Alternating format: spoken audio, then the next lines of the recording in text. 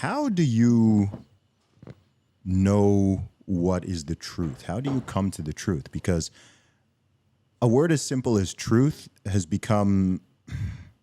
Truth is something that should be objective, right?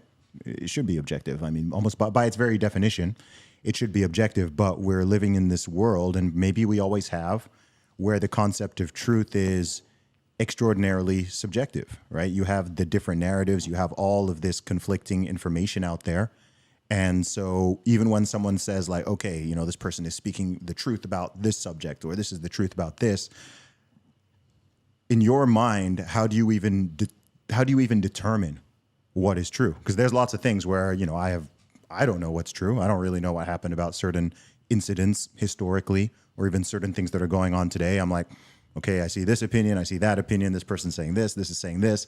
I think this one makes more sense than that one, but ultimately I wasn't there. I don't have all the info. I don't explicitly know what's true. So what do you think about that as an independent journalist? No, you're definitely right, especially now in a day and age where disinformation and misinformation is being normalized and also weaponized.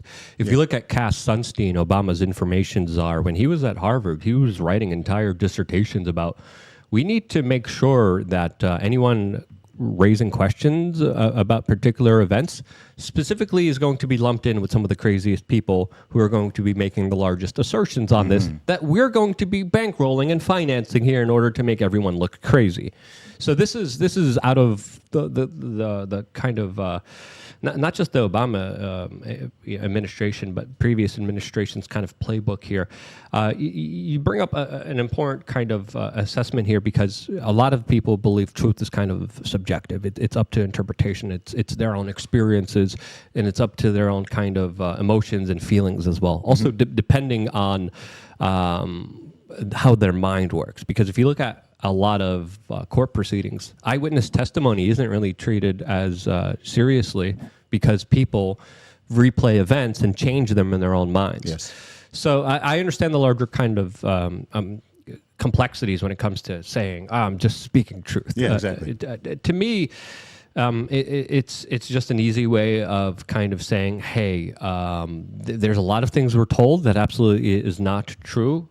And one of the biggest things that for me was truthful was, after 9/11, the government was telling us the air is safe to breathe. It's totally fine. Don't worry. Just go back down there. Go back to your jobs. Do whatever you want to do.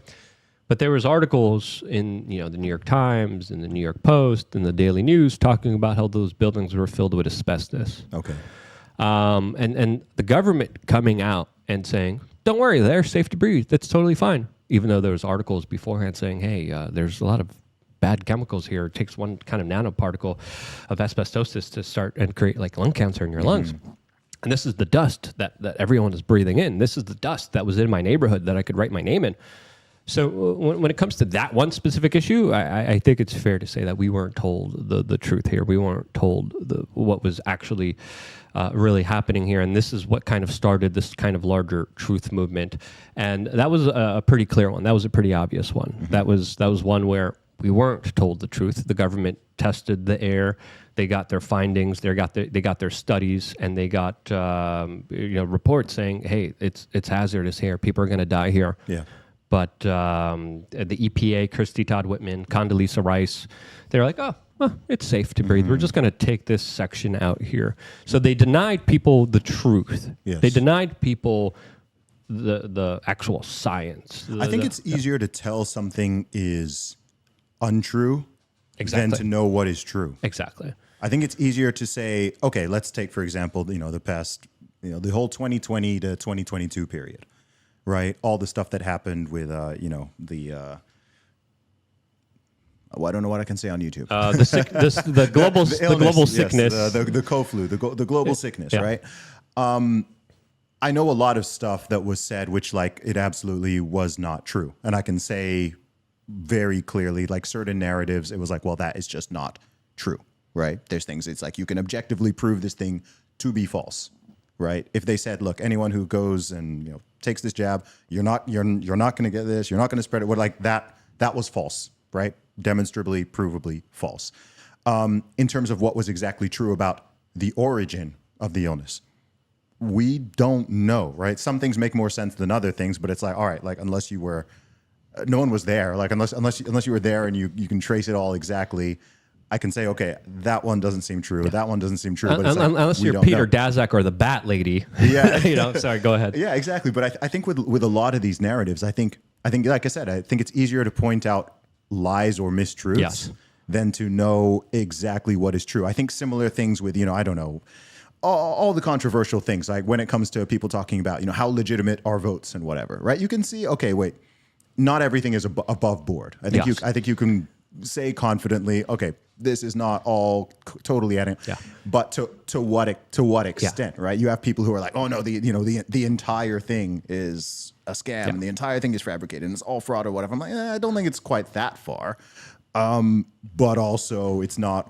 all above board. And this is how I kind of made my transition from being like an activist towards a journalist, because I realized I'm standing there, I'm like, we have the truth, we know the truth. People are like, yeah, you're full of crap. No one really knows the truth. There's religious people on the corner of the streets being like, I have the truth here. This is my God is the truth here. For them, it is.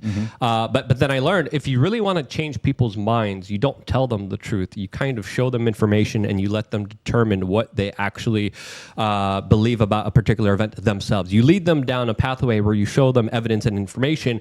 And I transitioned early on from my kind of career, being like, we got the truth, to look at this CBS News article talking about the airlift of evil from Afghanistan to Pakistan. Before the United States invaded, they flew out a lot of the high-level Taliban leaders and probably the CIA Tim Osman guy from Afghanistan into Pakistan. Why is this happening? Hey, look at the opium production that skyrocketed after the United States got involved in Afghanistan. And then I would literally be on the streets with news articles, and I would show them news articles, and I would show them evidence, and I would show them photos, and I'd be like, and they're like, what happened here? What do you think happened? I'm like, I don't know. Yes. You gotta make up your own mind, but the burden of truth should always be on the government. It shouldn't be on us.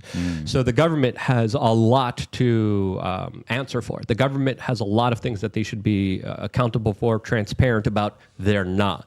And I think the question that you kind of asked leads us to a point where the government puts us in a position where we kind of entrap ourselves by claiming to know the truth, being the truth tellers, when in reality, all we could do is kind of lift the veil, let people see it, let people interpret it, and make up their own minds about this particular situation. Because if you try to hammer in a wooden block through a circle peg, you're not going to do it. Yes. But if you allow individuals to just see information, to be able to make up their own minds about it, they're more able to change their minds than if you go to them and say, I know the truth. And this was a transformation in my career that was pretty big, because when you're young, you're again egotistical. You think you know all the answers. You don't. Yes. And the older you get, the more you kind of find out that you don't really know anything, right? Yeah, the more, it's weird. It's so weird. And then you understand.